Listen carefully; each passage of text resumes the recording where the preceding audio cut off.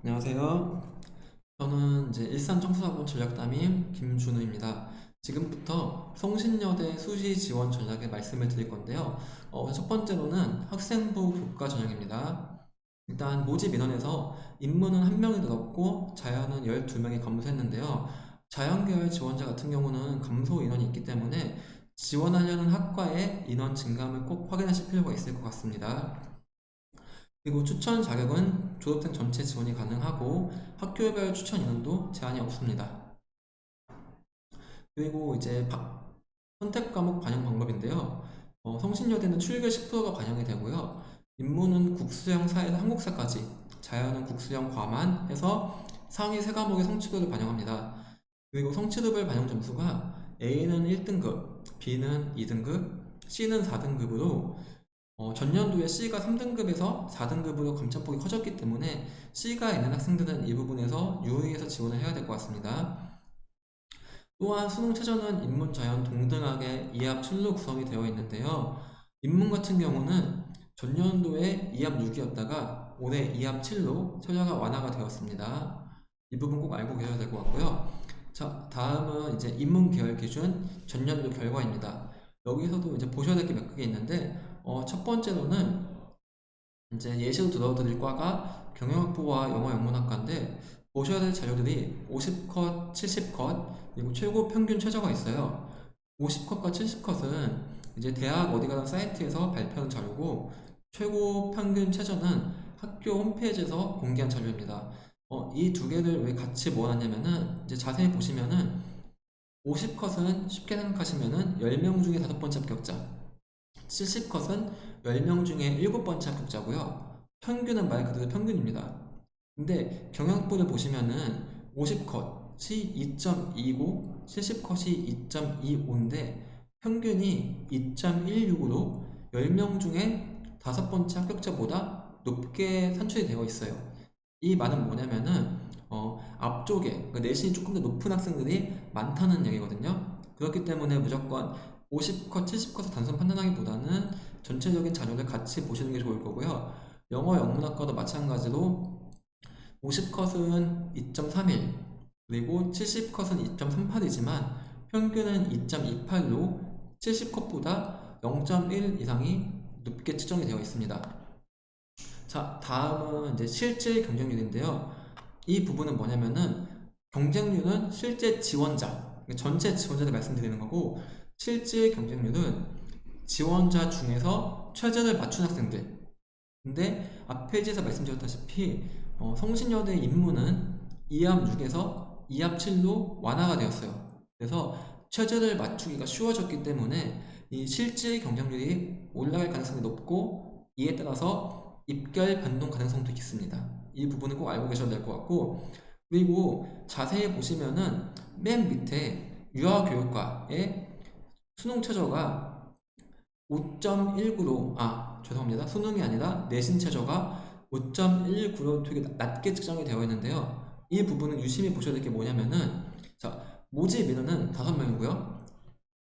실제 지원자, 그러니까 실질 경쟁률이 4.2이기 때문에 최저를 못 맞춘 학생 빼고 최저를 맞춘 학생은 21명이 됩니다. 그리고 충원 인원은 16명이고요.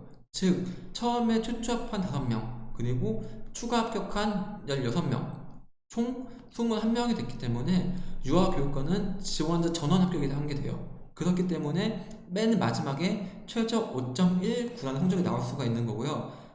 올해 같은 경우는 이런 일이 발생하는 경우가 드물기 때문에 최저나 평균을 고려하셔서 지원을 할 때는 조심하셔야 될 것 같습니다. 이 부분은 꼭 유의하시기 바라고요.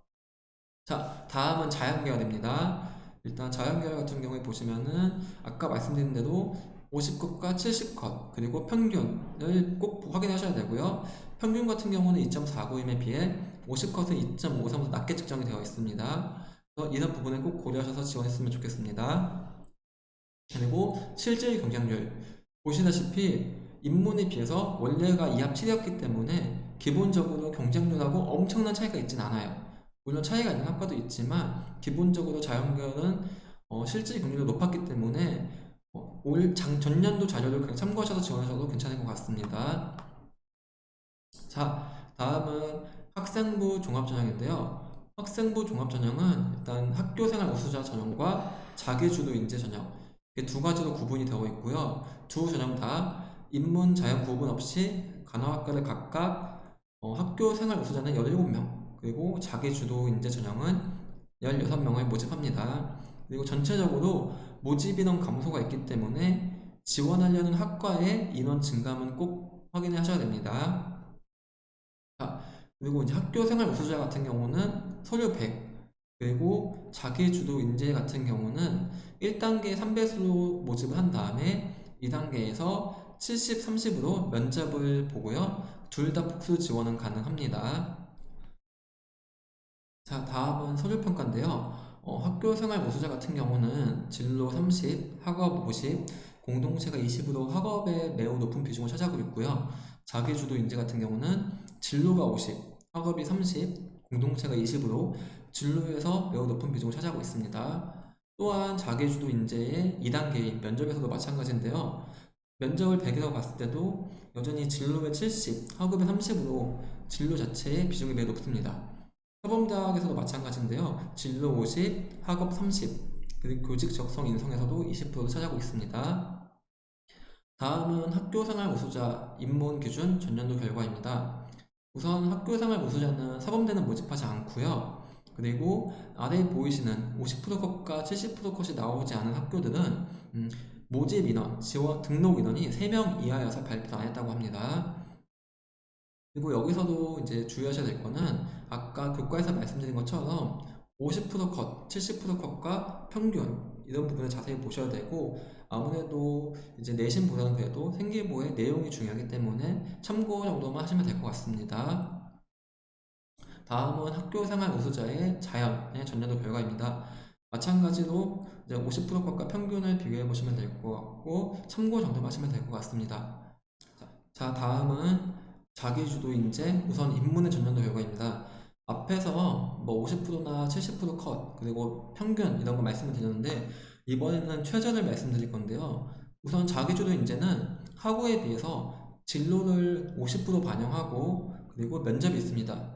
물론 학우도 마찬가지지만 자기주도 인재 같은 경우는 일반고뿐만 아니라 특목고에서도 지원하는 경우가 있기 때문에 최저 컷이 낮은 경우가 꽤 많습니다. 근데 최저를 같이 고려해서 평균이 나오기 때문에 일반고 학생들 같은 경우는 단순 평균만 갖고 지원했을 때는 위험 부담이 있을 수가 있습니다. 자연도 마찬가지고요. 최저 자체는 모든 과가 그런 건 아니지만 서비스 디자인 공학과는 5.23까지 떨어지는 경우가 있기 때문에 평균을 보실 때는 이런 부분을 고려해서 확인하셔야 됩니다.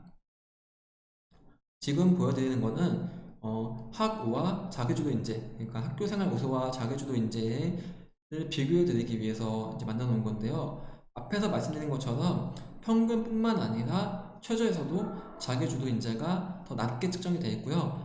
학교생활 우수는 이제 학업을 많이 반영하고 자기주도 인재는 진로를 많이 반영하기 때문에 이런 차이가 생길 수가 있습니다.